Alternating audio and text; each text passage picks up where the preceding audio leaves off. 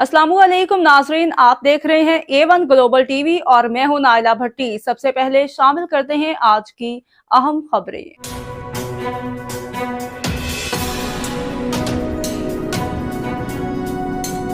खबर शामिल करते हैं आरिफवाला से। हमारे नुमाइंदे मिर्जा फहद अली पूल की रिपोर्ट के मुताबिक इंडिया से आए आरिफवाला के ख्वाजा सरा ने कहा कि मेरे अपने आए मैं गल न लाए, पाकिस्तान तो अपने अपने आए मैं गल न लाए।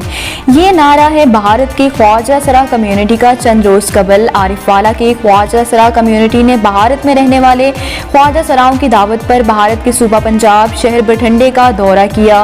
भारत में मौजूद हाजी संदोष समेत दीगर ख्वाजा सराओं ने पाकिस्तान से आने वाले ख्वाजा सरा कम्युनिटी का शानदार इस्तकबाल किया। ढोल की धाप पर भंगड़े डाले और शानदार शाही बग्गी सवारी पर बिठाकर नोटों की बरसात करते हुए घर ले जाया गया। भारत से वापस आने वाले ख्वाजा सरा मलका का मीडिया से गुफ्तगू करते हुए कहना था कि पंजाब के शहर बठिंडे में हमें इंडियन ख्वाजा कम्युनिटी ने बहुत इज्जत बख्शी, वहाँ पर हमारा शानदार इस्तकबाल किया और गवर्नमेंट की जानिब से हमें तमाम तर सहूलियात भी दी गई।